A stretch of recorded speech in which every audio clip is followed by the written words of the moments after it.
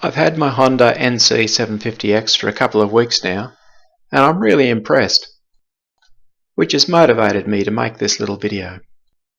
I reckon it's a nice looking bike, and it's quite underrated. The twin-cylinder engine lies almost flat in the frame. It puts out modest power, but a nice amount of torque, making it really nice to ride in the real world. This means it is very fuel efficient.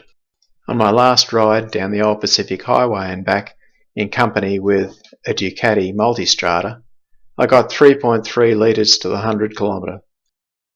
Because the engine lies very flat in the frame, there's room for a tank boot rather than having fuel in this area.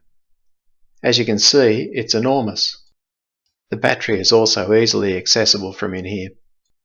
The fuel is carried low under the seat, and the filler cap is accessible from the back seat. Unfortunately, the Australian model doesn't come with the LED headlights. I was a little concerned about the possible performance of the Dunlop tyres, but I found they are actually quite good. I've put a few extra bits on the bike, like the Barkbuster handguards, the heated grips, some carbon fibre vinyl to stop my knees rubbing on the tank, and I also made up a frame for the top box that I had sitting in the shed. This is all fine, but what's it like to ride? I've been riding for 45 years and have owned and ridden all sorts of bikes. Real world riding is not about racetracks, speed trials, or even lean angles for that matter. The Honda only puts out 54 horsepower. This sounds ridiculously low, but because of the high torque, it actually performs really nicely in the real world.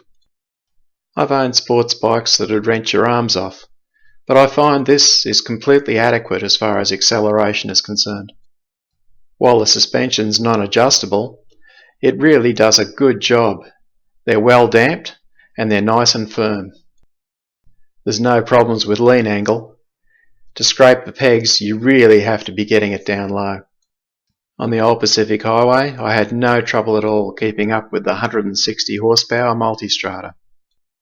Because in the real world, the road isn't a racetrack, so there are limitations on how much power you can use and how much speed you can endure. I haven't bothered adding sound to this road section because there really isn't any. The bike is very quiet. I don't mind that. I'm 6'3", and the seating position suits me just nicely. The seat's firm, but I think over time it'll prove to be comfortable. If you're a real man who doesn't need high performance figures to boost your ego, you'll find this bike really nice to ride. With its very low running costs and simple maintenance procedures, I can see myself having a good long-term relationship with this bike.